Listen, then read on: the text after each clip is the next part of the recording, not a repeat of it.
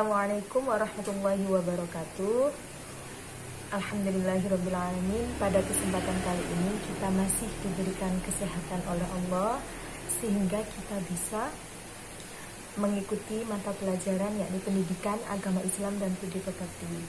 Pada bab pertama kita akan mempelajari tentang iman kepada kitab Allah.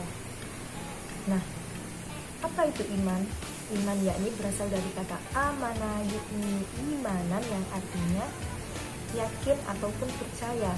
Sedangkan kitab berasal dari kata bayatuhu kitaban yang artinya menulis atau mengumpulkan. Jadi secara istilahnya iman kepada kitab-kitab Allah yakni kita wajib yakin dan percaya bahwasanya Allah menurunkan kitab-kitab sebagai pedoman hidup kita kepada Nabi Muhammad maupun nabi-nabi sebelum Nabi Muhammad.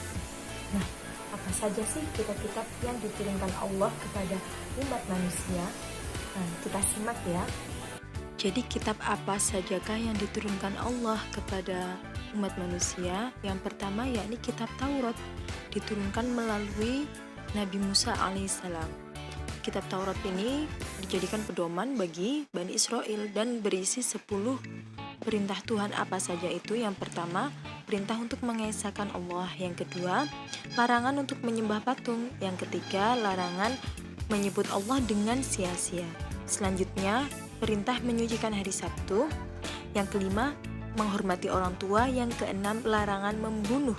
Yang ketujuh, larangan berzina. Yang kedelapan, larangan mencuri. Yang kesembilan, larangan menjadi saksi palsu. Dan yang terakhir, larangan mengambil hak orang lain. Bisa dilihat di LKS halaman 6 ya.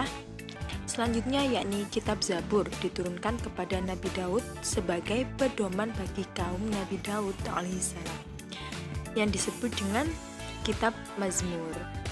Nah, isinya ini tentang nyanyian pujian kepada Allah atas segala nikmat ilahiyah.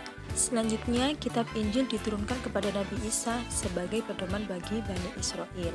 Isi pokok ajarannya yakni untuk hidup dengan zuhud, menjauhi kerusakan dan ketamakan dunia.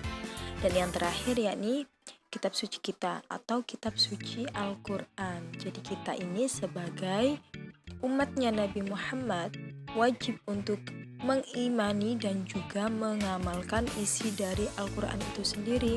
Jadi bagaimana kalau kita mengetahui isinya, kalau membaca pun belum sepenuhnya atau belum setiap hari? Maka dari itu, sebisa mungkin kita usahakan untuk mengamalkan dan membaca Al-Quran. Setelah itu perlu kita ketahui bahwasanya ada perbedaan dan persamaan tentang kitab-kitab Allah. Nah, persamaannya kitab-kitab Allah itu diturunkan kepada para nabi sebagai pedoman hidup para umat manusia.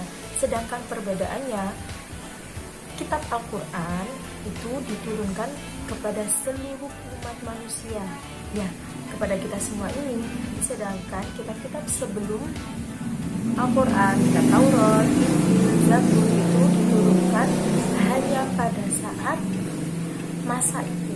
Jadi kita untuk saat ini tidak boleh mengamalkan, tapi kita hanya mempercayainya. Oke, dan selanjutnya yakni ada suhuf. Apa kalian pernah tahu apa itu suhuf?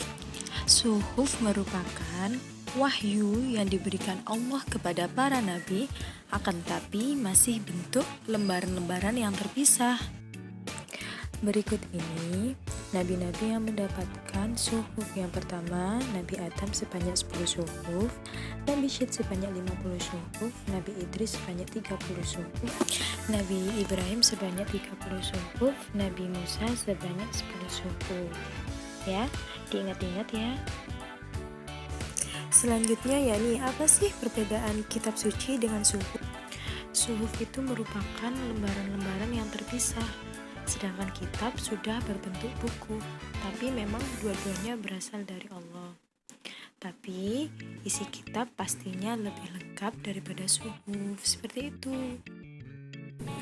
Alhamdulillahirrahmanirrahim. Demikian pembelajaran kita tentang beriman kepada kitab-kitab Allah. Dan jangan lupa anak-anak di rumah selalu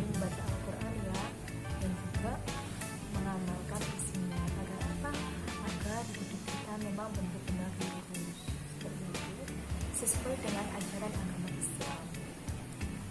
Cukup saya akhiri, semoga bermanfaat. Wassalamualaikum warahmatullahi wabarakatuh.